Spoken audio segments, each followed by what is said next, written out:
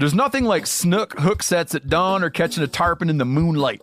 Find your next fishing trip made easy on fishingbooker.com and experience the magic of the Sunshine State or any other destination on your fishing bucket list. Book a blue water adventure in search of sailfish or go snapper fishing with the kids. With over 6,000 captains and trips to choose from, planning your next one just got a whole lot easier. Download the Fishing Booker app on the Google Play or App Store, or visit them online at fishingbooker.com to book your trip today. I'm sure a lot of you guys remember the old ceremonial hunting tradition of eating the heart out of the first animal you kill. Meat from those organs are among the most nutrient-rich foods on the planet. You can get those same benefits your ancestors craved via convenient daily capsules from Heart and Soil. Find out more at heartandsoil.co. And remember, use code MeatEater for 10% off your purchase. Welcome to the Wired to Hunt podcast, your home for deer hunting news, stories, and strategies. And now, your host, Mark Kenyon. Welcome to the Wired to Hunt podcast. I'm your host, Mark Kenyon. This is episode number 249, and today on the show, we are breaking down 2 successful rut hunts to hear about the ups and downs, the good things, the bad things, the lessons learned, and what we can all take from them to help us on our own hunts coming up in these next couple weeks.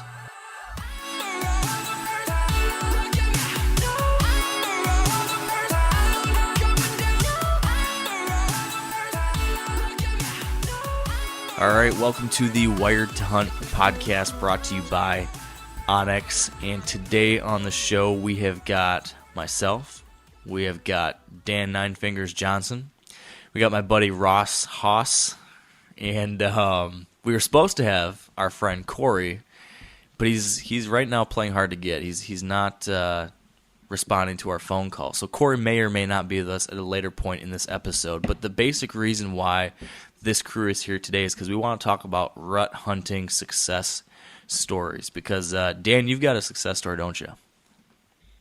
Yeah, I'm pretty happy in a way how everything turned out. Yes. And Ross, you got a success story, don't you? Yeah, I got done pretty quick this year, which was great. But I'm kind of wishing I could spend a little more time and staying with the buck take. Yeah, it's kind of ridiculous how quickly you started and ended your season. Yeah, I don't know. I don't think I'll ever do that again. Honestly. Oh man. and I've got a very interesting set of rut stories too that I want to talk about. I don't have the happy ending yet, but I still think it's possible. So I figured that could be our game plan. We can walk through our hunts that happened over this past week. We all have some pretty interesting things that happened, and I think we can learn some things from those things too. So pull some lessons learned out of each one of these success stories, understanding what the setup that worked for you guys, understanding how you went about it, why you think you're successful. I'm thinking that should be a good way to kind of help some other people get prepared for their upcoming rut hunts as we move into that second week of November. So Dan, I gotta go to you first because you have been playing the suspense card so heavily over the last couple days on your Instagram story. Like, you just made people wait and wait and wait. People just want to know the details. So can you just walk us through your rutcation and how the hell this all happened? Man, I tell you what, it's been an absolute emotional roller coaster without sounding dumb. I mean, that's what it's been. I mean, here's the very short story. Shot a buck, took me 2 days to find him, had tons of blood. It started raining, lost the blood, and went back the next day after 10 hours of looking for him. 2 of those hours were gritting in pouring rain. And then the next day I go back to where I lost last blood with another guy, and he's laying right there. Wow. Well, it just blew my mind.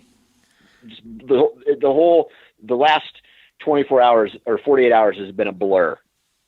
Can we get the non-short story though? I mean, if we're gonna get just the short story, the podcast is gonna be super short today. Right. So, I mean, what do you want to talk about? The details of the strategy? Well, let's first hear like what how your rutcation went leading up to this, what you're thinking, how those first few hunts went, and then let's deep dive into that specific day, what the strategy was leading into it, why you set up there, and then what actually happened. Let's do that. Before that, though, I want to take a quick second to thank our friends at Onyx. And I'm actually right now, as I'm recording this, on a whitetail deer hunt with Steve and Yanni and the rest of the Meat Eater crew. And Onyx, the hunt app, is something that I've been using on this hunt, not only just to look at, let's say, my aerial views of the property or the topographic lines on the property, but also because you can save waypoints. And then you can take those waypoints and then you can share them with other people. So a situation that I'll probably be doing maybe later today or tomorrow with Steve is, rather than trying to say, hey, Steve, go drive down this road, park at the big oak tree, walk down the 2-track, turn left at the apple tree, climb up the hill, and then go down the swale. Rather than that, I can just text him a waypoint from my Onyx Hunt app. I can just share that waypoint with him. He can click a link and it pulls up on his phone, and then he'll actually have that waypoint now right there in his hands. He can walk right to it. It's a whole lot easier than the original situation I described. So the Onyx Hunt app is great for you as a solo hunter, but it's also terrific if you're there with friends and you want to share spots where you're going to hunt, or if you want to maybe say, hey, this is where I got last blood, or this is where the deer went down, or this is where I last saw the deer, or this is where I think you should go try to hunt, or this is where the big scrape was. Whatever it might be, being able to share those waypoints is a really handy little tool to have. That's on top of all the other things with Onyx, like I mentioned, the great map views, the fact that you can measure distances, you can measure areas, you can do a whole slew of different things, all right from the convenience of your mobile device. So if you're interested in trying it, if you haven't yet tried it, I would encourage you to do so. You can go search for Onyx on whatever mobile app store you like to use, or you can go to onyxmaps.com, and if you use promo code WIRED, you can get 20% off. That's WIRED for 20% off. Yeah, okay. So day one of my rutcation was this past Friday, and I went into a pinch point, not really knowing what to expect because, like I mentioned on earlier podcasts, earlier this month or late October, I had nothing on trail camera that even excited me. There wasn't a ton of deer sign. I checked my trail cameras, and let me break this down for you.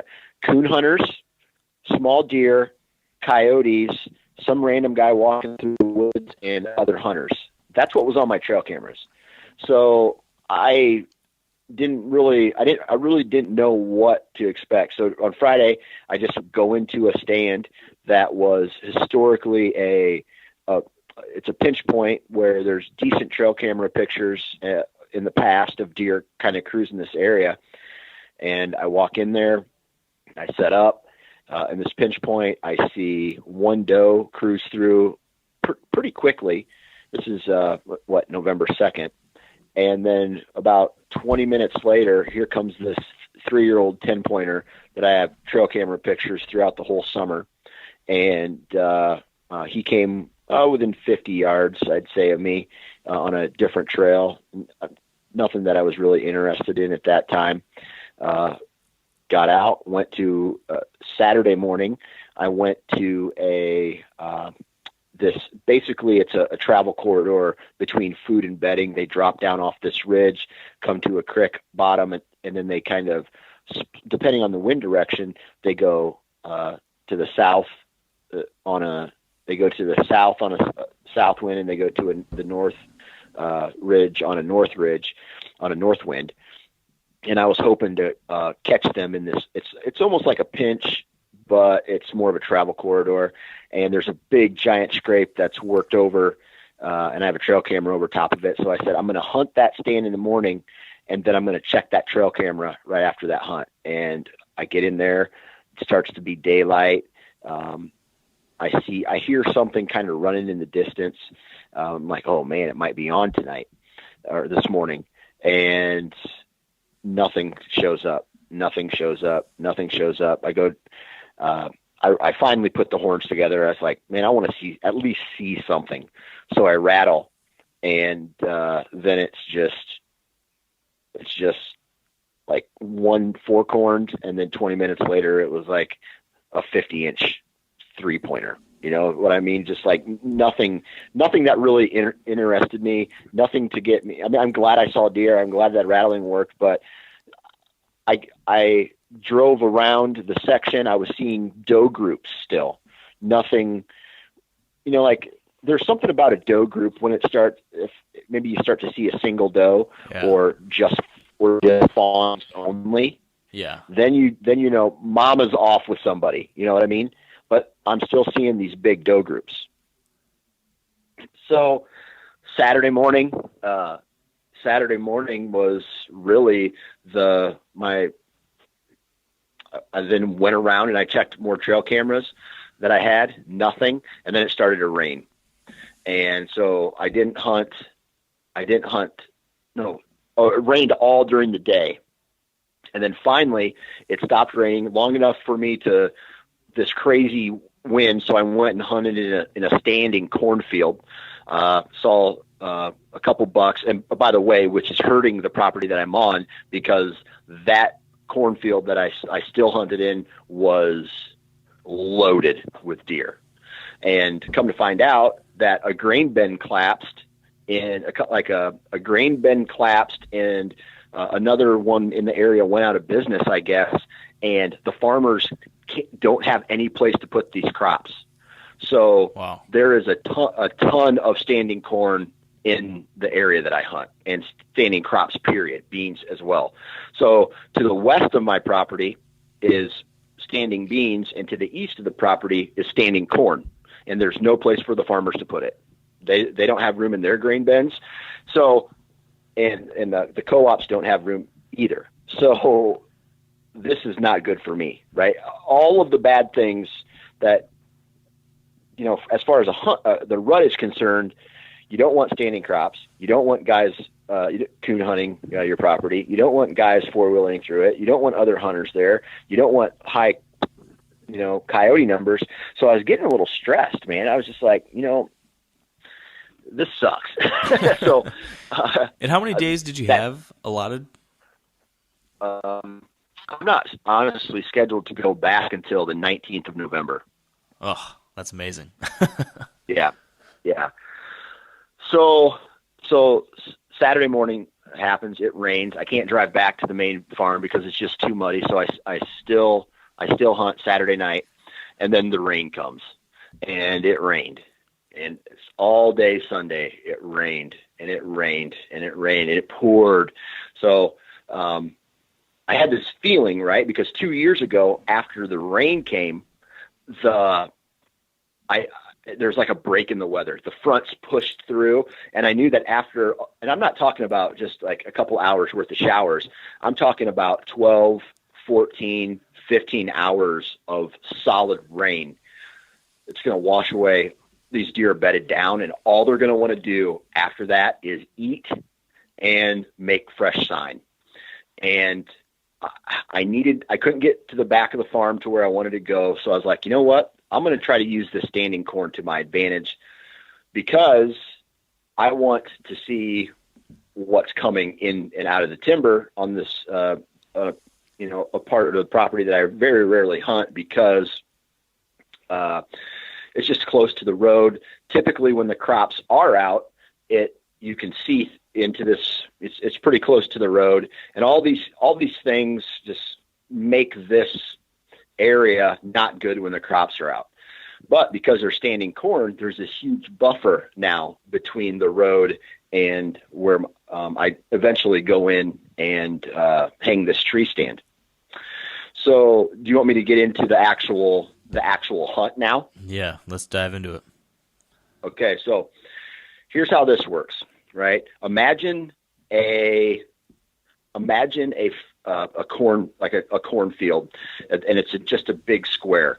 Now and then of that square, it's made up of 4 similar equal squares. And the top left corner of that square is drainage off this field, and it's full of thorns and brush and just nastiness that the deer, it's so thick, the deer don't even go in there in bed because they can't. It's just so many thorns and whatnot.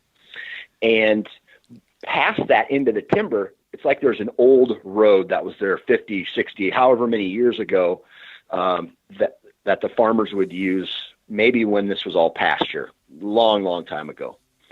And it's like maybe enough for a 4-wheeler now.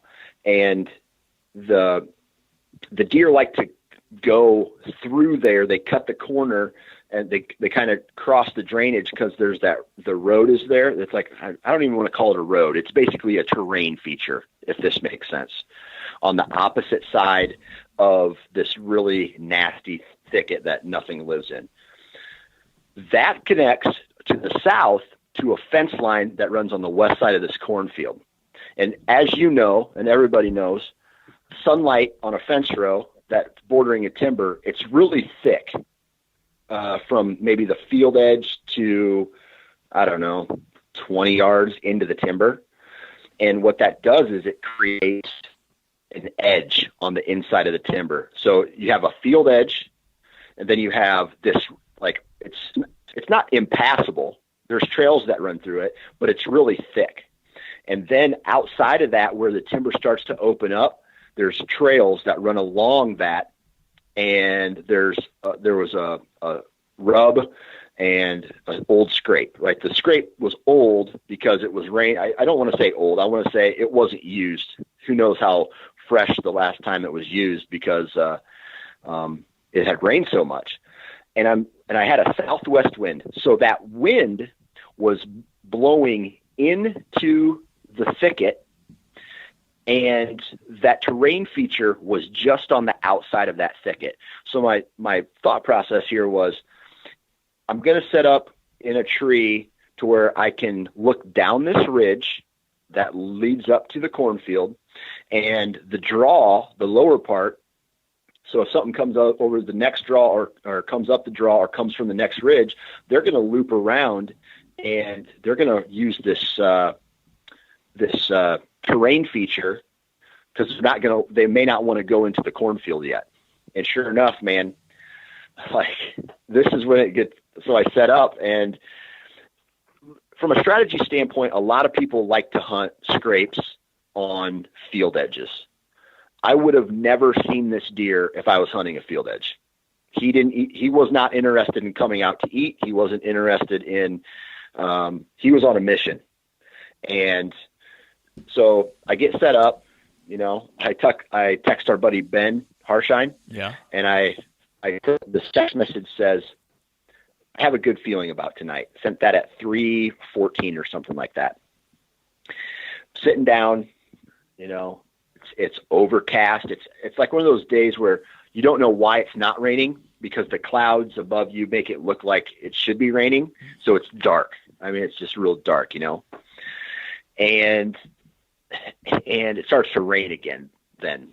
So I'm like, oh man, I don't want to get wet. So I stand up, I turn around, I face the tree, and I start to put on my rain jacket. I have one sleeve in my rain jacket, and I hear a twig break behind me. And I'm like, man, there's no squirrels out right now because everything's wet. It's raining. I look behind me. He's at 20 yards looking right at my tree. Ugh. And I look at him, and I instantly know who it is. Let's go back to March. Remember, I had that really good day of shed hunting, and I found like 9 sheds in 40 minutes, all in this grass area of this field. Yeah. The biggest one that I found was this buck, and he was last year. He was an mainframe 8 he had really good mass, mainframe 8 with a little crab claw out front, and this year his left side with a crab claw blew up, and the crazy part was, I didn't have very many. I didn't have hardly any pictures of him. I was always thinking about this buck because the shed sits right next to my computer. It's one that I pick up and hold all the time and, fiddle with. And so I honestly thought that day, Sunday night, if I'm going to see this buck, it's probably going to be tonight. And I don't know what it was, Mark. Do you ever get a feeling like, man, something's going to happen tonight? Like, sometimes they happen and sometimes they don't, but this particular buck was on my mind, and it's almost like I visualized him into existence. It was crazy. It was crazy. So anyway, back to the story, right? Now we know who this buck is. I identify him easily because now that crab claw is a huge crab claw. He's like this massive side, and he's walking. I can hear him walking right towards my tree. And I'm like, oh my God, already I'm going to screw up, right? Because you've got your rain jacket halfway on at this point still too, right? Yep. Right. One arm in my rain jacket. And so I'm like, I got to get this. Yeah, right. So he's walking right towards me, now he's at 15 yards. Slowly I'm taking my rain jacket off. I flip the seat of my lone wolf up, and it's one of those thicker seats. So I actually have a shelf, like a very small surface area where I lay my jacket down. And now I'm facing the tree, my bow holder's to my right. And I don't know if this deer is going to go left or right, because when he does go pick a direction to go, I have to make a move. And he starts to go right. And that's good for me because all I had to do was turn around, and in one motion, I clip in and I pull my bow off the hanger.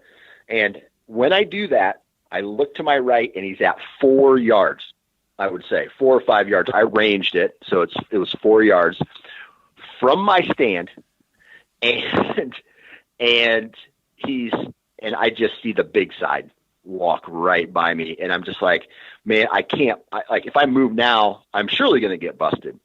Dude, I probably, looking back on it now, I probably could have made more. I could have done jumping jacks in the tree, and he probably wouldn't have noticed me. He was on a mission. And so I see him, he's coming at me, take my rain jacket off, I clip in, and I draw back. And as I draw back, he's behind a branch. And I'm just like, no, son of a gun, what am I going to do? So I did a squat in the tree stand. So all that legwork from elk season paid off. Right, paid off. Right.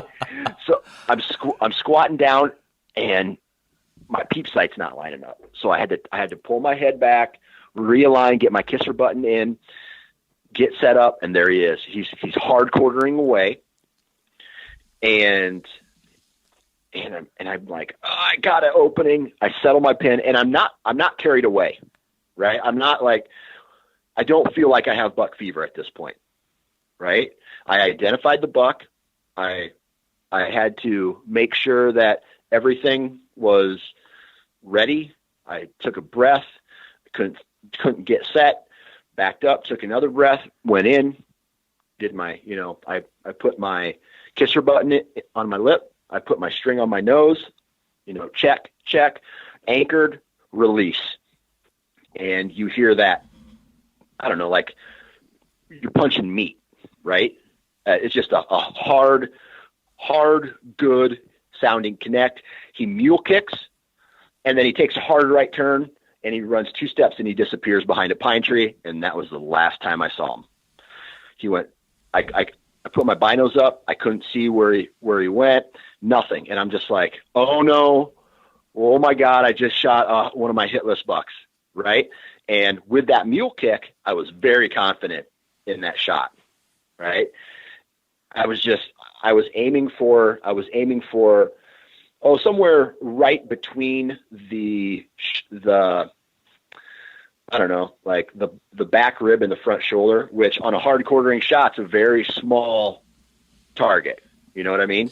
Yeah. And did you actually did you really aim at that? Because I know in the past, you and me both have had situations where we, it just happens so fast.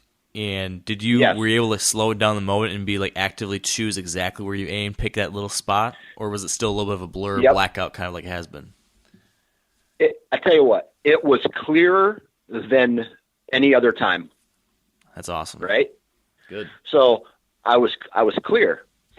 Now, for those of everybody who follows me on Instagram, that's not how it ended, right?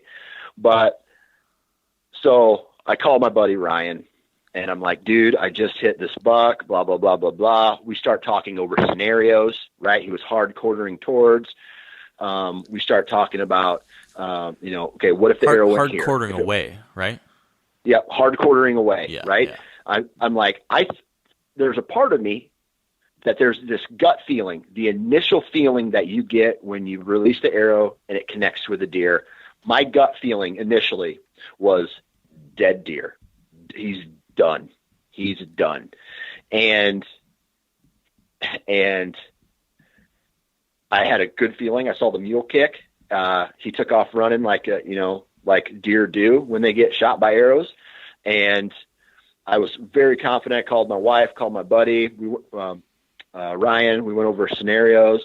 And I waited 45 minutes in the tree. I said to myself, okay, man, go down, check the site of impact, look for the arrow. And that's what you're going to do. You're going to slow down. You're going to take all the proper steps. I tear down all my stuff out of the tree. I set it down at the base of the tree, walk over, white hair. And I'm like, oh boy, because white hair means belly, means inside leg, means a whole bunch of things that are not a good shot. Right. And so there's no blood at impact. I do kind of a 10-yard. I said, I'm going to look for blood for 10 more yards, because in the past I've had deer double lungs even where they don't start leaking until they get a bound or two out. Yeah. So I'm like, okay, well, I'm going to look for 10 more yards. If I don't find deer, I'm backing out the entire night. I don't care. This buck is big enough to where, and old enough, and a hitless buck, I'm going to give him as much time to die as he needs. And I back out. And if you've ever waited 24 hours for a deer, you know that that's when the doubt starts to creep in, right? That's when all these crazy things start to, like all the craziness starts to happen, and your mind starts playing tricks on you. And you're like, dude, you shot that deer in the neck. That's where there's white. Dude, you shot that deer on the inside leg, or all these things. So, like, I feel like I'm doing a lot of talking here, but this is the story, right? I mean, oh, it's great. That from we wait all year to hear this stuff. I know. So from the moment I saw him to the moment I released an arrow I'm going to say somewhere about 20 to 30 seconds. He pops up. He's walking over a ridge at a good clip. I didn't have to stop him. He stopped. He looked like kind of behind him, but up the ridge a little more, and I let him have it. 24 hours, right? I'm talking about like getting dogs. And it's funny, Ross actually contacted me because I made a post on Facebook or on Instagram, and Ross is like, dude, you can't use a dog because dogs are illegal in Iowa to use to track deer. Oh, Ross Haas did? You here on the other line? Yeah. Yeah. Yep. So you're awfully helpful, man. So he's telling me, because I made a post, I'm like, damn, man, I want to use a dog. And he comes back and he's like, dude, you can't use a dog. It's illegal. And I'm just like, you kidding me? That's a stupid law. That is a stupid law. But I guess in the past, some people have taken advantage of it. And it's like, hey, I'm tracking a deer. Yeah, the deer's still alive. Right? You're tracking it with 4 other dogs through the woods, Anyway, so, man, the doubt creeps in. I'm trying to get a rally of people to maybe come help me. And, it's the rut. All my buddies are hunting. So they at least want to do the morning hunt and then come out with me. And so I wait for a while. And then I'm just like, dude, my initial reaction was I slammed it, right? That a dead deer. And so I go back to the site of the impact. I'm looking up at the tree, looking at the angles. I'm actually, at this point, I'm trying to find my arrow, see where my arrow's at, find arrow, no arrow. I'm like, okay, the arrow is still in this deer at this point. I walk about 40 yards from the stand. Oh my God, there's a drop of blood. He's bleeding, right? And that right there is the start of it, right? That for me was like this, a little bit of sigh. Huge and sense every of relief. step, exactly. Every step I took after that, oh, blood, a little bit of blood, big blood. And when you get that first big gusher pile, you're like, ooh, yes, dead deer, confidence. You're built. And so this happened, Mark. This is no joke. This happened, this amount of blood for 400 yards. Wow. Go down the ridge, down into the valley. This is almost really close to where you found the Mark Kenyon shed, actually. Okay. Yeah, I know exactly what you're talking about. Yep. So how it all drops down into the spot. Yep. And so it's blood, more blood, lots of blood. And it's one of those blood trails where you're walking through the timber following it. You don't need to bend over. You don't need to get on your hands and knees. That much blood, right? So he goes down. He crosses a little bit of a dry creek bed, comes back up, blood, following it, blood. And all of a sudden I get to a spot where the blood is it stops, it's shut off. And I'm like, this is not good. So I start to do what everybody, what you're supposed to do, mark last blood, and you start doing your circles, right? You go out 5 feet, look, go out 6 feet, look, 10 feet, look, nothing. And then I'm like, okay, let's see how hurt this deer is. So I go up the ridge, the nearest ridge, and I find blood. So now what he's done is he's walked away from where he got shot. He J-hooks back up an opposite ridge, and now he's walking in 180 degrees an opposite direction from where he's at, right? Blood. I find a bed. I'm like, he laid down, he's hurt. Walk up the trail a little bit more, blood. There's another bed. He's hurt bad, right? He's hurt bad. Over this next ridge, I'm going to find him. Blood. Now the blood starts to slow down a little bit, right? Blood is starting to slow down, and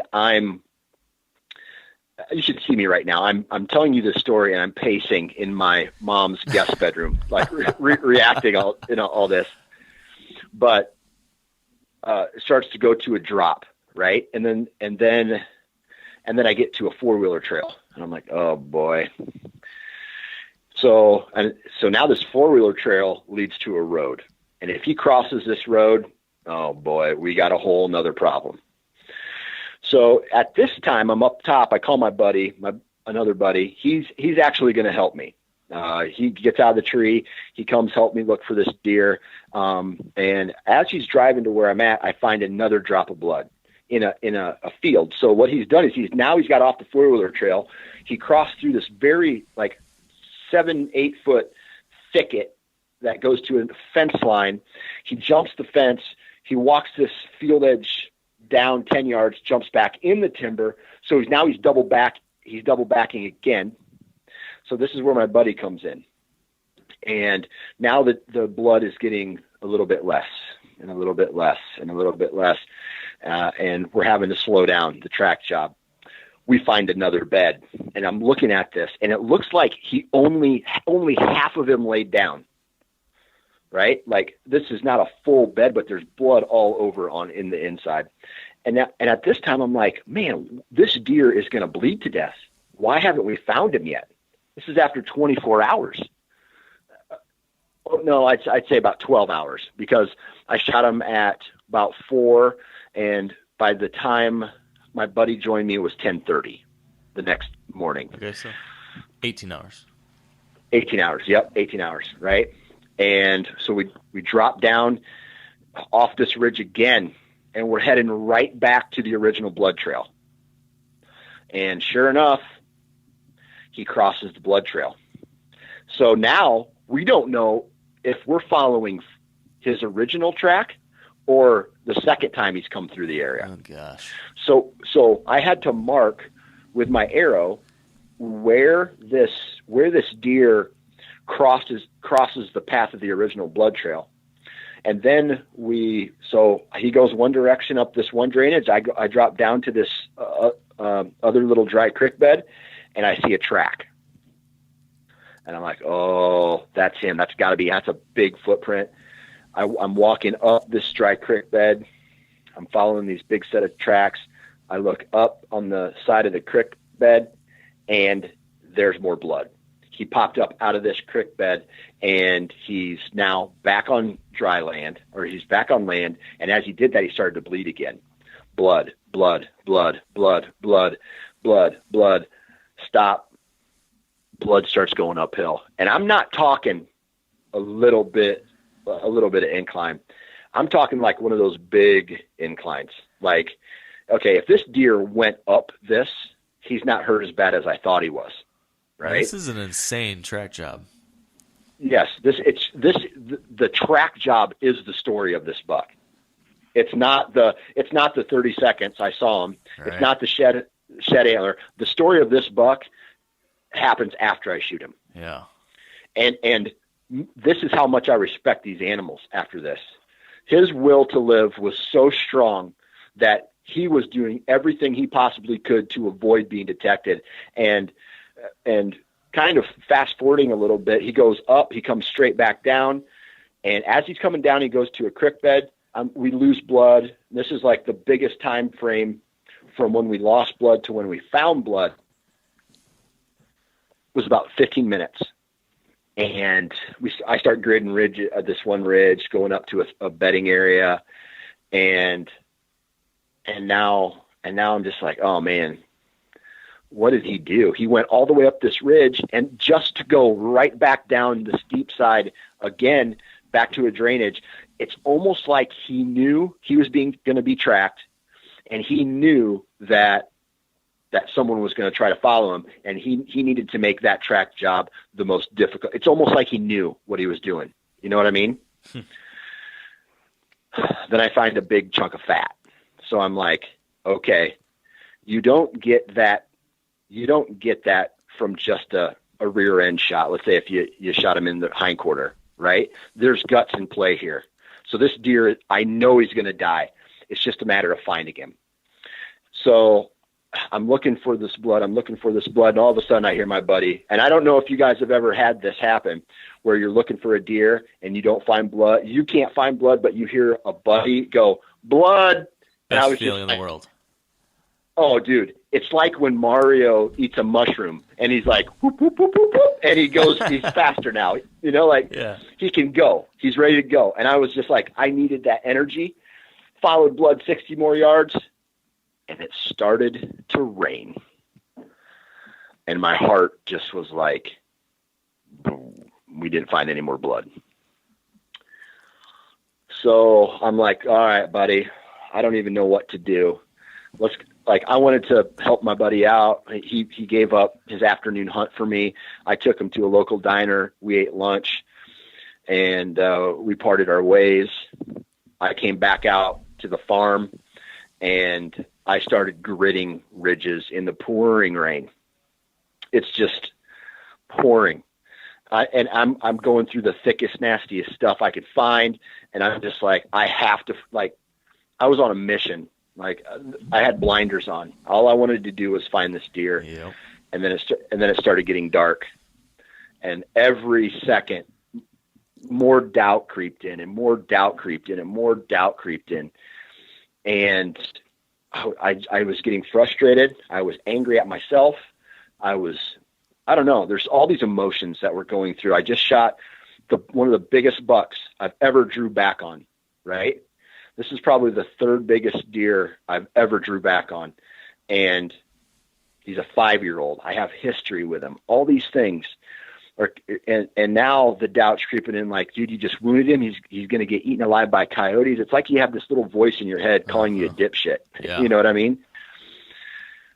So I go home and have a couple glasses of whiskey. You know what I mean? Like just to calm down. And I didn't sleep that, very good that night again. And so my stepdad gets a text message from one of his buddies who's a follower of the Nine Fingers. And he's like, "Hey man, if Dan needs help, I'll help him out." And I'm like, "Dude, I'll take anybody I can get. I'll take a blind guy right now. I don't care." So he shows up at 7:30 in the morning. I'm like, "Hey man, I really appreciate this. Let's go." I got 3 more ridges that I need to grid. And if he makes it past this 4th ridge, he's going to live. Like, that was my goal. Like, I had this, I think it was 280 acres that I wanted to grid. And if I didn't, I wanted to search this area after blood. And I was shed hunting. I was basically shed hunting at this point, right? And I said, I got these 3 more ridges I want to go check. And then after that, if we don't find them, nothing. So we start on ridge 1, and I'm working down, looking through all these treetops from when the loggers came through. He's up top looking in some thick bedding area. I go down, I pop over top of the ridge, and I'm working my way back up towards him. And I say, "Any sign?" He's like, "No." I said, "Yeah, me neither." I look at him and I say, "All right, how about I take you down to where we lost last blood, and I will, and what I'm going to do is that way you'll be able to see the lay of the land better. You'll get an idea of what this deer already did, and I'll walk you through." And he's like, "Yeah, it's a good idea." We start walking down this ridge. I thought my eyes were screwing with me, dude. This deer is laying where I was standing the previous day where we lost blood and it started to rain. Like this literally? Deer, he was laying dead, literally where I was standing. Literally, Mark. This deer didn't die on that next day. He died after I left the timber that day. So he was still alive at some point for 30 hours or so after I shot him. Jeez. And he was, dude, I know what this deer was doing, man. He was in a position to where he was wounded bad. He knew he needed to find a good wind, a good bedding, and he watched me come off that ridge on that blood trail the next morning. I bet he was watching us from some position. He was watching us track him. And as we left that final day, that of all days, my birthday, I didn't find him. He came back into the area. He didn't want to cross the road. He probably didn't know that area. He didn't want to go to the south. He felt comfortable in this area. So he was okay with making loops because he was able to see us, hear us, smell us coming through the timber. And he was always one ridge ahead of us. And I lost my mind, dude. I just got emotional, right? I was like, "Are you kidding me? This is crazy. I can't believe," like I was like acting like a little kid. Like, I don't know. It's the greatest feeling in the world, dude. I've lost 2 deer in my day that were giants, right? Shipwreck and then another booner that didn't pan out. And luckily those 2 deer were alive. And the whole time I'm thinking about this is one of those moments where you're happy you found him, but at the same time, dude, this deer suffered. This wasn't a clean kill. This wasn't the kind of kill that we hope for. This is one of those kills that nobody talks about. This is the kind of kill that the deer probably could barely lay down because the arrow was still in him. You know, the violence of hunting kind of came out. You know what I mean? Yeah, the very unfortunate, yes, occasional reality of it. Yeah. Yeah, the reality was that this deer did not go out easy. And that made me enjoy this moment in a different way. Because although I am glad that I found this deer and I was able to recover him, and he's going to go on my wall, and I'm going to be able to share this story with my children and all the people who ask me, at the same time, I didn't accomplish a goal, and that's to make a quick, clean kill on an animal.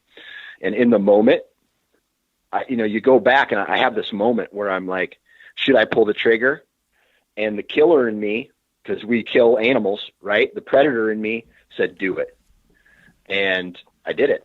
And I killed the animal. I got him, but it's not the way I wanted it to be. Mm-hmm. So as equally as happy, I don't even know how to say this, I'm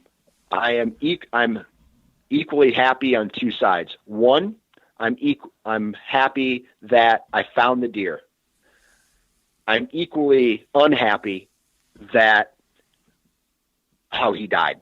Yeah. And I'm unhappy that I'm not going to be able to use the meat. And I'm unhappy that he suffered and that it took so long.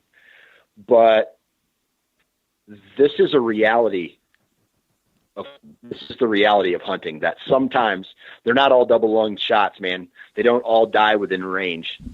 And it sucked to know that. And it's bittersweet. Yeah. So there is a certain contingency of the hunting world who to this would say, and they've said that I had someone send me a message saying this to me because I had a somewhat similar situation to you with my Nebraska buck. I had to wait till the next day to find him because the shot was a quartering shot. It was a little bit back. Said that you shouldn't bow hunt if you hit a buck like that. You should quit bow hunting. Bow hunting is not efficient. It's not as effective as a rifle or something like that. And so for that reason, you should not bow hunt. How do you or how do we respond to something like that? How do you respond to something like that? I mean, what's if you told me, Dan, you couldn't bow hunt anymore, you might as well take my arms. Yeah. Oh, I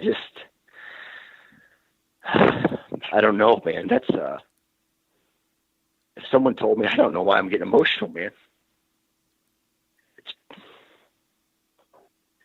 It's part of me. It's my definition. Yeah. Yeah, I hear you, man. I understand what you're feeling. And I think if and I imagine similar to kind of the thoughts and feelings I had after the Nebraska hunt, it's one of those things that what you went through, what happened, right? There's nothing you can do now to change what happened, right? What happened. Right. But what you can do is while we do understand, and I said this just last week, that as a bow hunter, you're never going to be perfect. No matter what you do, there's so many things that happen that are outside of your control, but you can always strive to be more perfect, right? So I imagine that you, just like I, trying to find ways, how can I keep it getting better? How can I try to minimize the potential for errors again in the future? That's all we can do as a bow hunter is constantly striving to improve, to get better, to become more effective. But and here's what I'll say. I've never loved nature more. This is the debate internally that I love nature. I love animals. It goes hand in hand. But as a bow hunter, I honor this animal by killing it. And that's hard for some people to digest. It's that ultimate paradox. Exactly. And knowing that this deer suffered broke my heart, man. But at the same time, I'm okay. I'm tough enough and okay with that because I accept the reality of bow hunting. that it is not sometimes, like you said, perfect. Yeah, man. That's it's when I got that comment, that message to me, it really pissed me off. But at the same time, it is a huge responsibility that we're taking upon ourselves when we say that we're going to go out there and we're going to chase an animal using this tool that inherently is difficult, inherently is a challenge, and that's part of why we love it, right? That's why bow hunting is that's why it's so kind of all-encompassing, because it requires so much of you. It requires such a level of competency and attention to detail, and it's not something you can just pick up and take off and go do. Like, you have to put your heart and soul into it. But sometimes... And that's why I'm so tore up about it, is because I did put my heart and soul into it. I did do all the work to make it as clean and as possible, but the outcome just happens. Dude, Tom Brady loses football games sometimes, right? No matter how much practice, shit goes wrong. Yeah. And this is where, this happened to me. And, dude, I hope no one ever feels the way that, I hope every shot's a double lung heart shot. I wish, but it doesn't happen. And you take it, you move on, you learn from it. You try to take away something from it. And I tell you what I learned so much from this, like maybe what I should have done different, maybe what I could do better next time. But also what deer do when they're hit bad, right? Where I need to look. What they're thinking when they're wounded like this. So what was the shot? Describe where it came in, where it came out. And this is probably going to be like, dude, but let me tell. First off, I want to tell you this. I was shooting my elk arrow, right? Heavy arrow, and not only did it have a heavy arrow, but it was a fixed blade. I do not feel that I would have found this deer if I had a mechanical broadhead. Okay. However, fixed blade, not a lot of momentum loss on impact. I went through the hindquarter. I went into his guts, up through like his stomach, and I hit his liver, and the arrow exited out of his brisket. So the entire wound channel was the length of the arrow. When I found him, I found the back half of the arrow inside of him. Gotcha. Wow. So on this hard quartering shot, right? It was on the hard quartering shot, even a little miss to the right was a big miss. You know what I mean? No, absolutely. However, my equipment saved me. Right? My equipment went from him going off and dying and me never recovering to him to causing the right amount of damage to, luckily, I was able to find him. Yeah. Okay, so in retrospect, now looking back on it, where do you think the error was? Was the error in the fact that you chose to take that shot? Did you just, maybe you shouldn't have? Or was the error in the execution of the shot? Or was there no error and just bad luck that something happened? Have you tried to in any way put a finger on what maybe was what happened? Or is it just too hard to say? It's a combination of all those things, right? I probably should have I should have taken more time to look at his body language. Maybe he wasn't going to bust me. Maybe I had time to turn around and shoot him at 4 yards broadside. Maybe I should have let him walk by and, hey, he'd maybe respond really good to a grunt. He was upwind to me when I shot him. So let him walk, hit him with a grunt, he comes back, right? Maybe I could have done that. But ifs and ands, man. Yeah. I can't do that. I mean, this is what happened. Next time, I might be a little more patient. Maybe I don't know. And I guess that's the more important thing. What I'm trying to get, I guess, is what's the takeaway from this for you, I suppose. Yeah, I mean, I don't know, because I feel this is going to sound bad, but I feel like I would take that shot again. I was calm. I was collective. I missed a target, right? Yeah. What is the goal when you go out into the timber to hunt a deer, right? It's to kill it. I killed it. Not the way I wanted, but I killed it. And if you you go all the way down to the common denominator of what, I mean, it's not what hunting is, but hunting is taking the life of an animal. I recovered him. I just didn't do it in time to save the meat. And that to me is the biggest disappointment. Yeah. Yeah, man. Well, I mean, you certainly have felt the feels. I'm sure have learned something from this, and it's going to change you, and it's going to make you a better hunter in the future.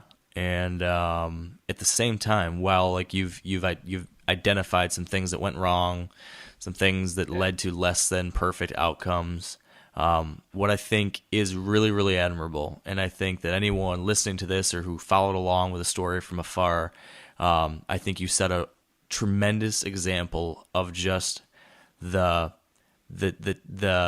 commitment you had to finding this animal. A lot of people would have given up a lot sooner. And I think that it's so commendable. It's so important that people do this, because this is the kind of deer that a lot of folks would be like, nah, even after a couple times when you mentioned you lost blood for 15 minutes, some people bail after that, let alone after it starts to rain, you lose blood. I know people that would quit after that, after walking around all day. But you kept going at it, and 2 days later, you found that buck that would have gone completely to waste. Would never have known what would happen in that case, but at least you were able to recover him because you kept after it, and you can take something and learn from this experience. And I think that's a great thing, and I think a great example you set there, Dan. So there's something. The thing about it is, I would have done the same thing for a doe. Yeah. Right. You have to. Yeah. The animal, you're taking a life, and they deserve everything. So I don't know. The animal is the one who pays the ultimate sacrifice. Yeah. Yeah. This is a really great, even though there's a lot of unfortunate elements to what happened, which you've already, you've talked about. It is a powerful learning experience, I think, that everyone listening can kind of take from this, that I think is a helpful thing for people. Because I know many times in the past when you or I have had some stories that didn't go quite as perfect, sometimes those are the most helpful for other people, because they need to know that, sometimes these things do happen, and it's not okay, in that we don't want it to happen. You don't want it to happen again, but sometimes bad things happen despite all the work and effort and time, and you need to. There's something to be said about understanding that, yes, these things happen. We can move on from it. We can get better from it. And I think you honestly sharing this story is a great thing for people. So I appreciate that, Dan. Ross, you've been really quiet over there. What do you have any questions or thoughts on all this with Dan? Because I know you've kind of had some kind of similar experiences over your years too, right? Oh yeah, I've had a lot of, situations that kind of played out the same way, but I think the only way you get better at it is just by, you can practice all you want and try to make it like automatic, but you got to shoot deer to get better at it. You know what I mean? Yeah. Amen. And so, like, one of the things I was thinking about when Dan was talking is like, if anybody hasn't shot a lot of deer, and then they're kind of like our buddy Peter is kind of having that trouble where they're a little nervous to shoot deer.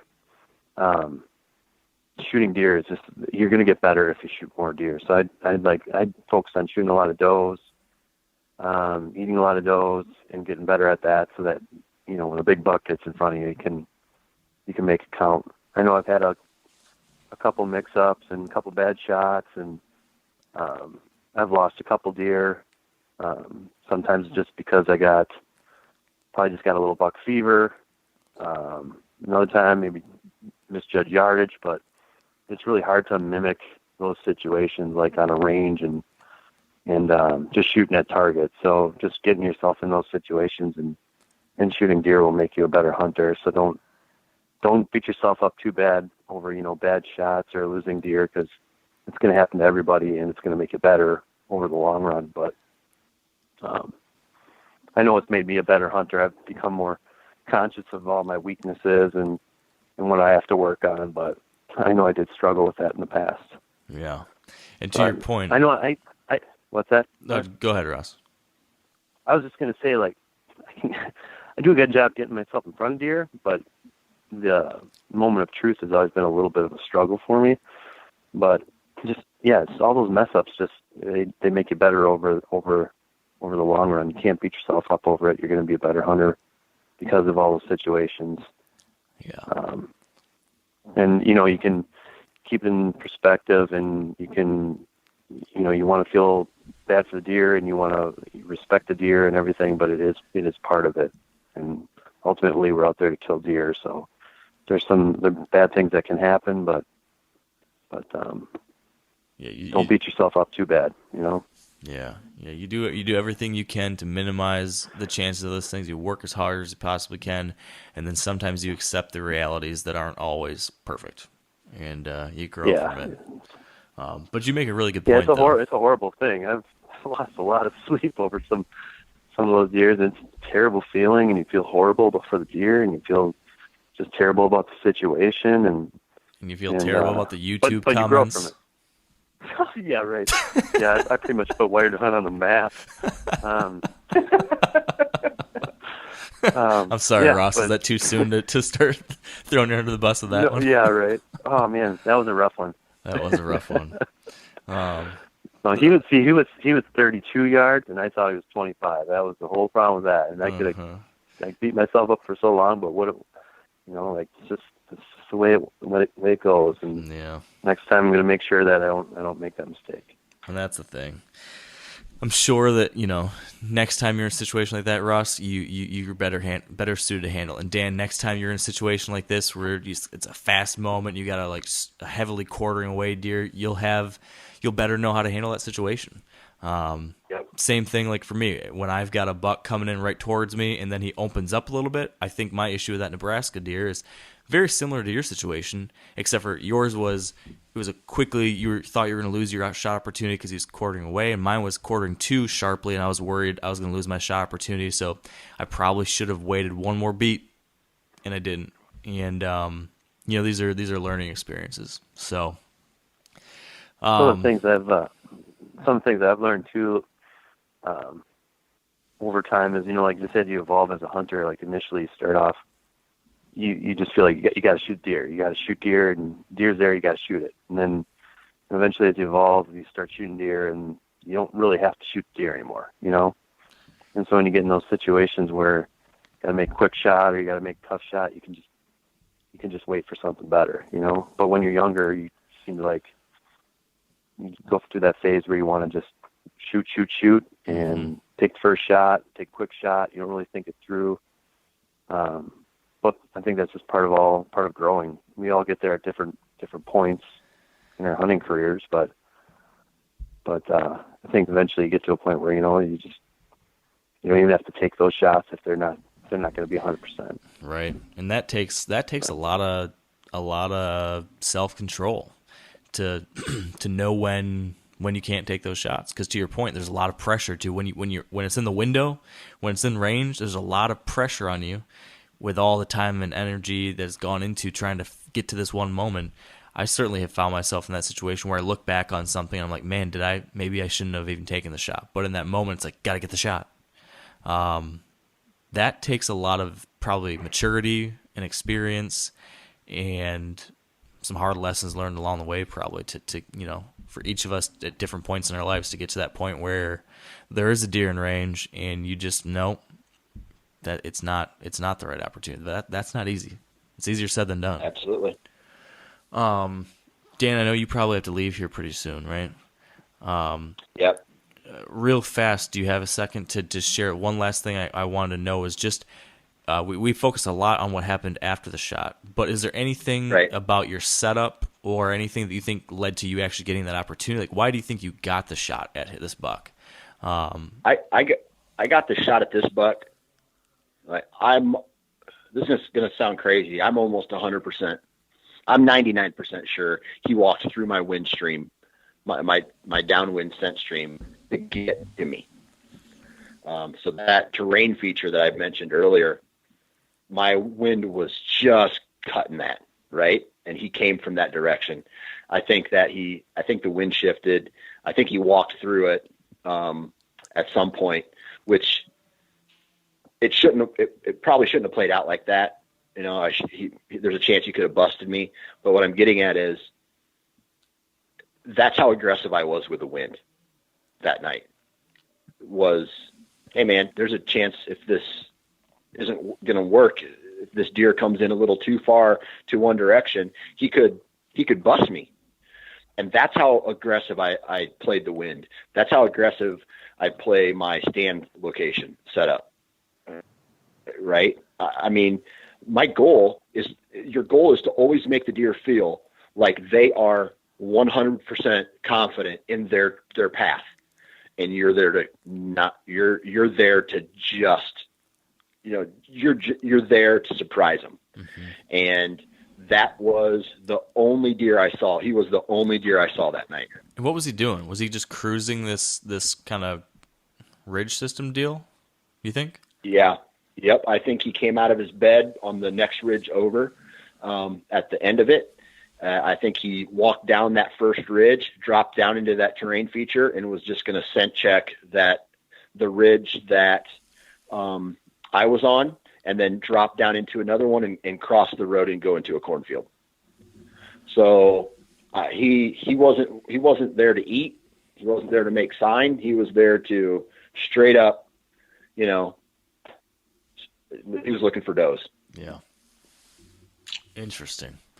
Well, that's a heck of a buck, man. That's one of your biggest bucks, or your biggest buck ever, right? Yep. If I was to ever score him, I'm sure the score is bigger than anything I've ever had. So that is a beautiful deer. It's a well-deserved deer, and man, I'm happy for you. Glad that you ended up finding him. Yeah, I appreciate it, man. Now you got some work to do. I do. I do have some work to do. And I want to tell you the story of how close I've been getting to it, but you probably don't have time to hear it. Do you need to bounce now? I do, man. Unfortunately, I apologize. That's all right. Me and Ross will continue the conversation. All right. Well, congrats, Ross, and Mark. Good luck, man. You too. No one's rooting harder for you, man. I appreciate it, buddy. We'll talk soon. All right, before we move on to stories from Ross, let's take a quick second to thank our partners at Whitetail Properties, and Spencer will take it from here. This week with Whitetail Properties, we are joined by Ben Haussman, a land specialist out of Iowa, and Ben is going to be talking to us about using aerial maps for hunting the rut. Yeah, so the maps play a vital tool for rut strategy. I really want to find a map that's going to show me elevation and topography. And that's important because I want to be able to hunt rolling topography during the rut. I also want to be able to use it to access in and out during, whether it's morning, late morning, early afternoon going into cover. I'm hunting cover during the rut. I'm not hunting food sources. So I want to find some topography. I also want to try to find the most secluded parts of the farm. What are the toughest places to get to just from walking? What seem like they're the safest from human intrusion? I'm trying to find little ditches and draws that don't stick out blatantly, aren't as easy to get to, like maybe that big hardwood ridge that runs through.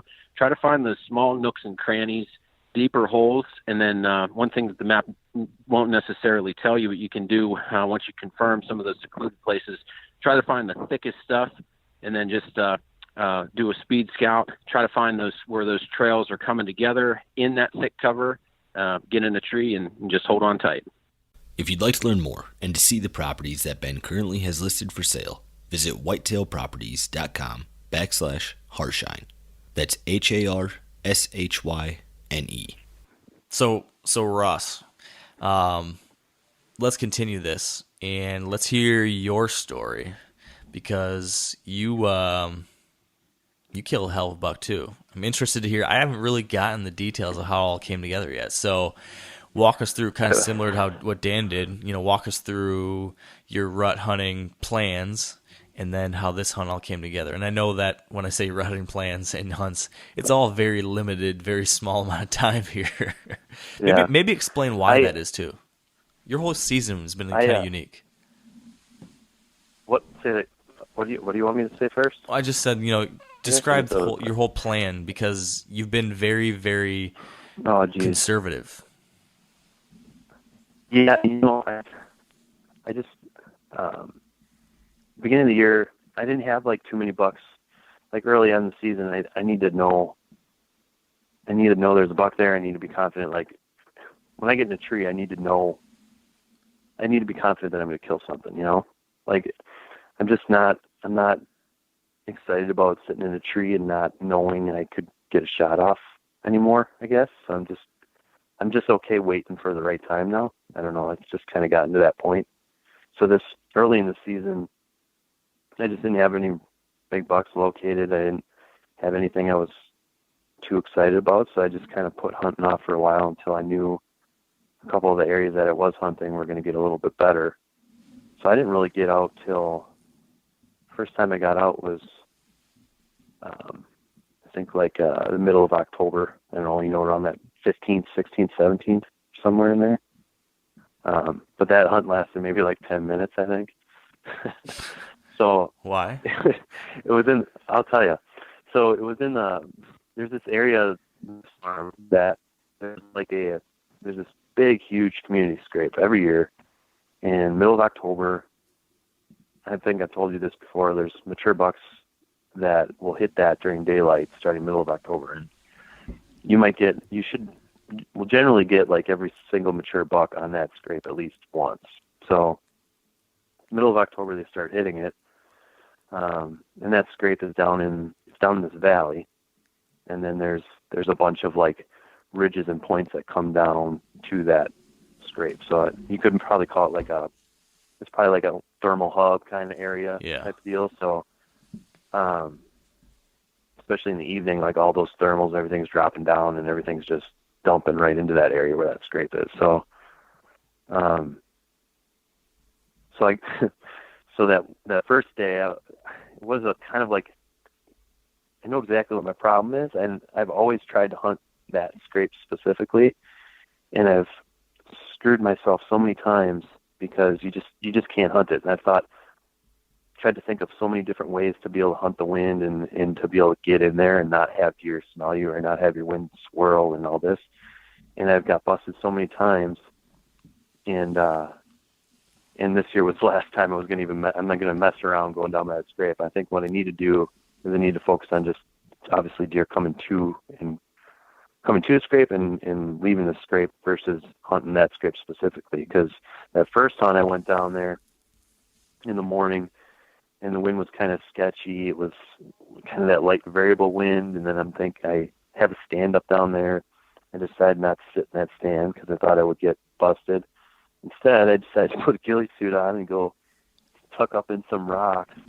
And I don't know, it was probably the first 15 minutes of light, and the doe came walking down, and I could feel like that light breeze in my face, and I thought everything was fine. But she's sitting there like 100 yards away from me, what I thought was upwind, and she's just snorting and snorting and snorting. So I just pretty much got out of there as fast as I could. It wasn't even like sun didn't even come up yet. I just like packed up and I just pretty much ran out of there. But so that's where I screwed up, and I think I'm never going to do that. I'm not going to hunt that anymore.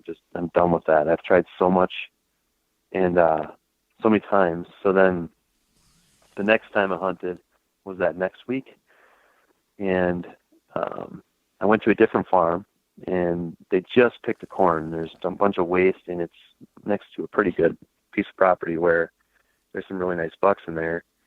So I thought, I'll go in there and I'll check this finger where they like to come out, and I'll look for some big tracks and see what kind of sign I can find. And I'll just do like a hanging hunt. So we were getting a lot of those really light winds, which is weird for fall. Just lots of light variable winds.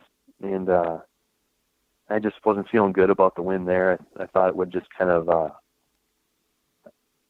I didn't think it would be in my favor. It was the right direction, but the way the currents probably would have been, and thermals and all that stuff, I think it would have just dumped right down into where the deer were coming from. So I bailed on that, and then I wanted to hunt that scrape again, given the time of year, because this is the 27th now. And I knew, okay, I'm not going down by the scrape, so instead I got up on one of the ridges. I don't know, it's probably about 150 yards from the scrape, but it overlooks that valley. So in this position, at least I can have the wind a little bit more consistent, but I can actually see what's going on down there. I can observe, and then it's also on the inside corner where I can catch some movement. So there's doe bedding down the point, down all those little ridge points on the bluffs overlooking a creek, all kind of within a few hundred yards of this scrape. So I'm sitting there off this one corner, and right away I had like a dink come through, and then maybe a couple does, and then all of a sudden a nice 8-pointer comes up that valley, and he's just like bird dog, and he's got his nose to the ground, and pretty nice buck, but not one I wanted to shoot, probably like a 3-year-old. Nice buck. And then he kind of went off, and I thought, oh, maybe it'll be a pretty decent night. He kind of came from the scrape, so I'm assuming he hit it. And then later on, he kind of came back through, and I was like, oh, that's kind of cool. He's really working. And then as the light faded, as the light started to fade, you could hear that like unmistakable, like walking of a mature buck. You know, when you hear like a doe walk through the woods, and you can hear just like that crunch, crunch, crunch. But when a buck walks and he's walking with purpose, it's just like unmistakable. Yeah, there's a different you weight. know what I'm talking about, right? Yeah. I mean, it's almost like he's making the ground shake. You know, like you think the ground's shaking. It feels like that, and it's a way away too. You know, you just know he's just walking with purpose, and he's coming down. And he's coming down in the valley, and I'm like, I just said to myself, man, that's a good one. I just knew that that's got to be a big one. And all of a sudden he pops out, and I see him, and I'm looking at him and and of course I forgot my binoculars, which kind of, I hate that when I haven't, so I couldn't tell what the heck he was, because it's kind of like that sun setting, kind of getting a little less light, the trees, hard to tell. You know, it's so hard to judge rack size when you get to that point. So I'm looking at him, and I can see right away I can see his body, just like, oh man, this buck is huge. But then as I got a glimpse of his rack, I'm like, I don't know. He kind of looks similar to the other buck, and I'm like, man, he's big. So I'm just staring at him, and he's down in there, just, I don't know what he's doing down there, and I'm just like, well, maybe I should just grunt at him, see if I can get a better look at him. So I grunted at him 2 times, and that thing he just turned and walked right up the ridge, right to the tree. I mean, like, how often does that happen with a mature buck? Yeah. I mean, it was ridiculous. And he just walks straight up, and he's coming up towards me, and I'm looking at him and trying to like go through all these bucks that I have gotten pictures of and trying to figure out who it is and all this stuff. And he's coming up, and I'm like, no, it's not that one. No, it's not this one. And I'm like, nah, I'm not going to shoot him. So I'm sitting there, I'm just sitting in the stand. I wasn't even like ready to shoot a deer, right?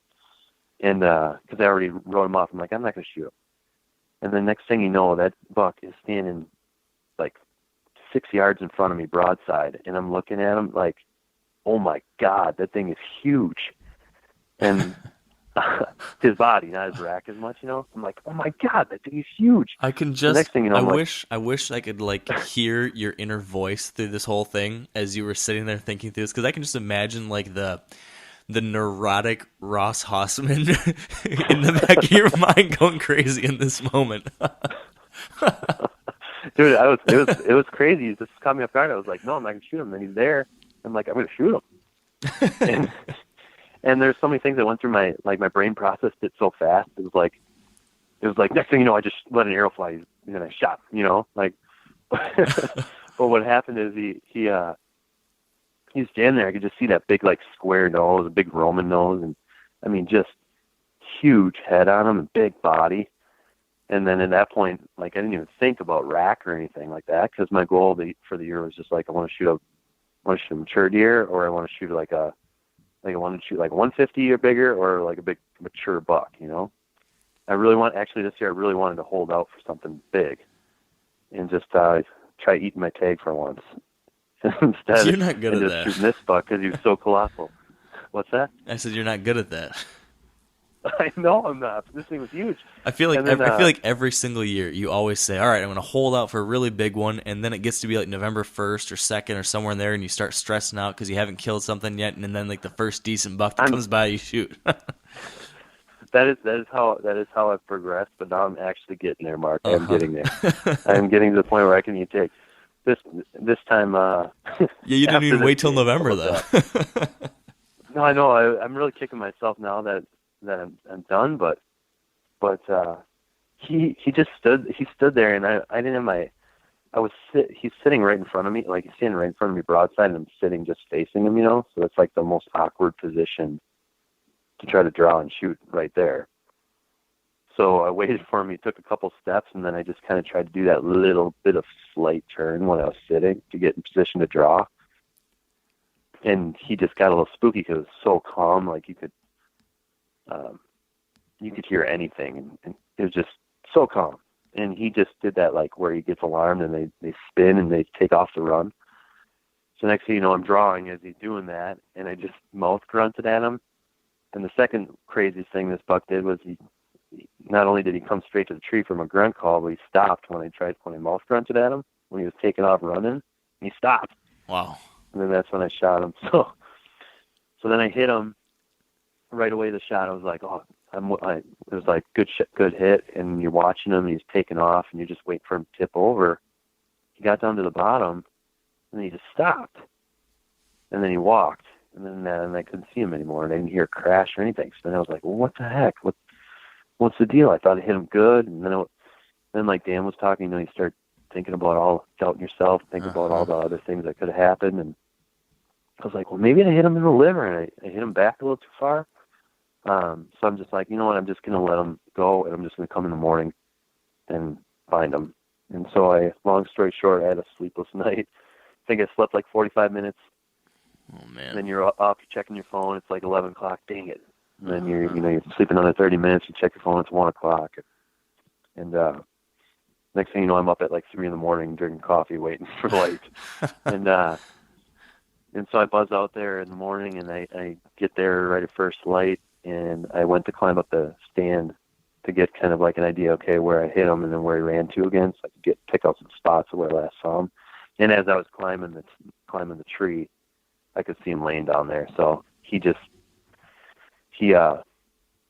over right away down there. I just kind of got a little apprehensive when I saw him stop and walk a little bit, but turns out I did double lung him. It was no big deal. And he was laying down there, and he was my biggest, fattest buck I've ever shot by a long shot. How old do you think he is? So it's I don't know for sure. He's one of those bucks where I had pictures of him over the years, but I just never really paid too much attention to him, and he never really had a gigantic rack.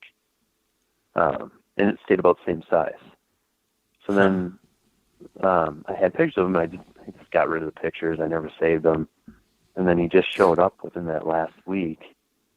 And then it wasn't until after I got up to him that I recognized him. And he probably stayed about the same, that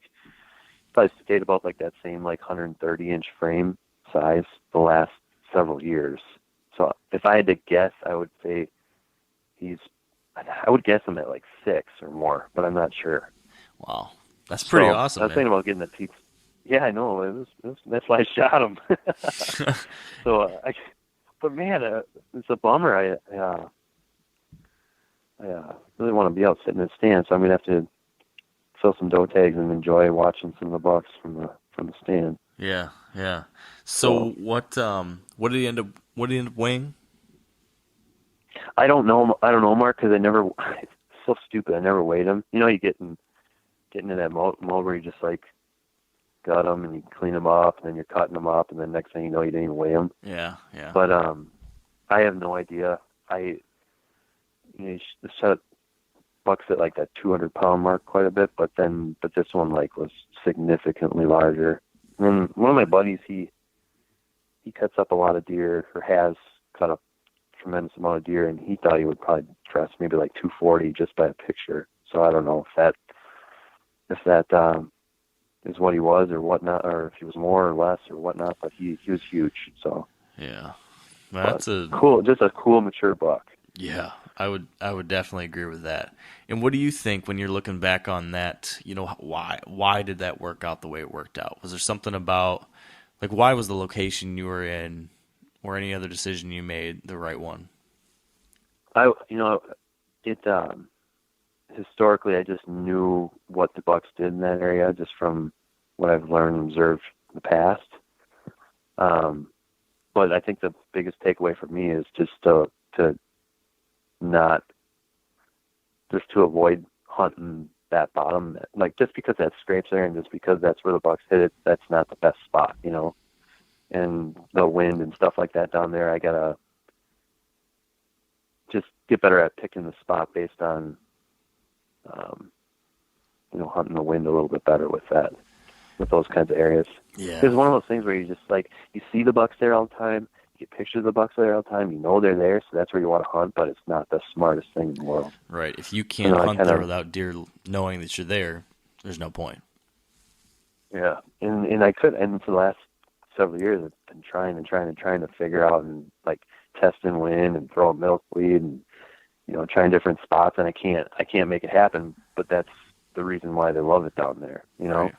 Yeah. So I think kind of reassessing, like hunting those areas where they come and go to that scrape is what I'm going to have to do more so. Get away from it a little bit. But it's a great spot. Now, your wife, you don't have an archery tag now because it's Phil, but your wife can still hunt. Do you have, does she have a game plan for how she's going to try to kill a rutting buck? Anything that you guys have up your sleeves for the next few days or week? Yeah, but she's planning on going out in the morning. As long as my son sleeps through the night, I think she'll be going out in the morning, and not really too much of a game plan. Just your typical like rut hunts, like hunting doe bedding areas and just those pinch points to and from them, pretty much. Yeah. Not nothing too crazy that way. No rocket science with it. Pretty much just sitting spots where does frequent and where bucks come to and from. So. Now, are you going to be upset if she kills Tran, one of the bucks that you've been keeping tabs on for a long time? No, not at all. Tran was kind of Jason Tran he's pretty much similar to the buck I shot. He's just got that goofy rack, and he's ancient too. Man, that buck is just he's kind of like one of those bucks where he's just going downhill. That's what he looks like, and his antlers are all funky this year and stuff. But I'd be super excited if she got a shot at him. He's just a huge mature buck, and probably a good one to. If you want to talk about like getting rid of like some of those, I don't know, guys talk about those bucks that are kind of like bullies and stuff like that. I would imagine he's kind of like that because his muzzle's just all scarred up and he gets busted up, and probably not one of the bucks you want around if you want some of those bigger act ones, I guess. Right, the young up and comers get all scared off by him probably. Yeah, exactly. Probably like what Holyfield does on your place, or what he used to do. Yeah, true. I don't think that's happening anymore. But that's all right. We're ready for closure, Mark. Yeah, I think there needs to be closure. But I'm actually thinking now that we talk through your stuff, talk through Dan's stuff. I've rethought through my thoughts for this podcast. I think I'm going to hold off on my Michigan story until next time, because I feel like to tell this story today would be too much of a beginning and middle of the story, and there's not a satisfactory ending. I think that if we wait till the next podcast, though, I might have a good ending for my story. I still think I can have a good ending. Do you think I might be able to still have a good ending? Because you know what's happening, Ross. Yeah, I think so. Well, what's the deal now? You're in Western Michigan till how long? A few more days. I'm on a brief hiatus because of some stuff with the Meat Eater crew, but I will have time to get back after this buck. And But then when does shotgun start or gun season start for Michigan? Isn't that the following weekend too? Then right? Yeah, November 15th. Yeah. So yeah, that will throw a curveball into things. But I'll have a handful of days still with a bow, and then I am gonna go out and hunt during gun season too this year, which I usually don't do. But I think I will Really? this year. Yeah. What's your thought process on that? Well, I just think that, well, number one, I usually go up to our northern Michigan deer camp, and this year, Yeah. just because of my dad's schedule, we can't go up for the first 3 days. So Yeah. I'm not going to be hunting up there. I'm just going to be sitting around at home twiddling my thumbs or hunt. And I've done the gun season sanctuary, for many years now. But I don't know. Maybe it's time to just try hunting it. Hunting is smart, but maybe, I'm not so much of a purist that I'm 100% opposed to shooting a deer with a firearm. I'm okay with that. So why not? Why not try it once? See what happens. Who knows? Maybe this farm that I usually don't hunt during gun season, if I'd hunted the last 3 years, maybe I would have killed Holyfield or whatever. Yeah. So with this new deer, maybe I'd like to kill him with a bow. Hopefully that just happens beforehand. But if not, I might give this a shot. So, but I think So do you think he? I know like a lot of people. I think I saw a lot of people talking about it too. But do you think he showed up now because Holyfield is dead?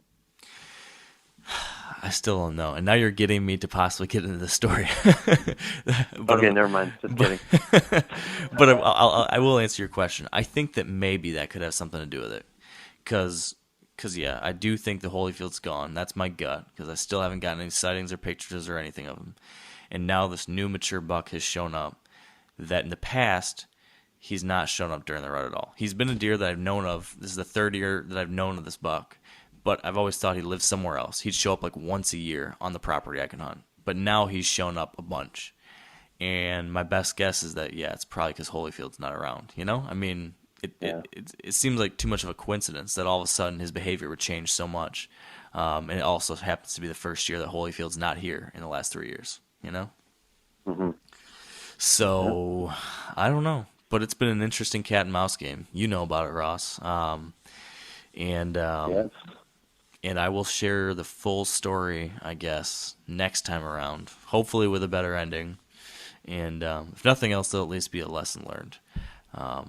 That's what I always try to at least make myself feel better with, by saying I learned something. So, we'll see. But anything... Well, make sure you when you talk about the story, make sure you go over all the details to all the hunts. I think it'll be great to add all that in there. Yeah, you're talking about the bail blind story, aren't you? Yes, I am. Yeah. Don't leave that out because that's great stuff. You're right. I got to make sure that Dan's on the podcast, though, because that's a story that Dan really needs to hear. So that's how we're going to end this one. We'll end this one by promising that I will tell you the bail blind story.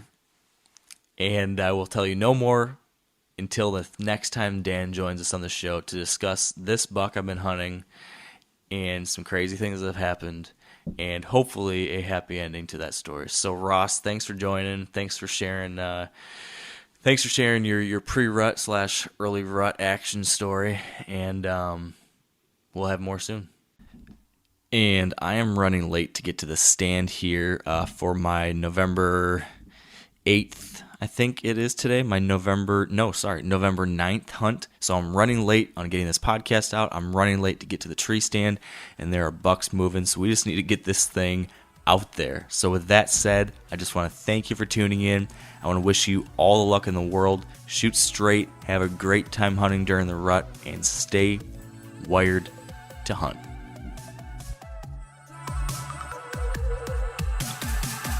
I'm sure a lot of you guys remember the old ceremonial hunting tradition of eating the heart out of the first animal you kill. Meat from those organs are among the most nutrient-rich foods on the planet.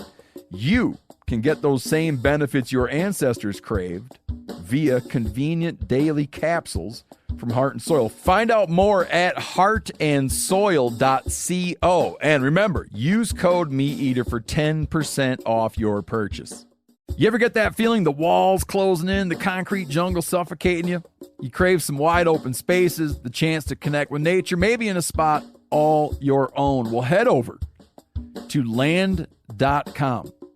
They've got ranches, forests, mountains, streams, you name it. Search by acreage. You can search by location. You can search by the kind of hunting and fishing you're dreaming of. Land.com. It is where the adventure begins.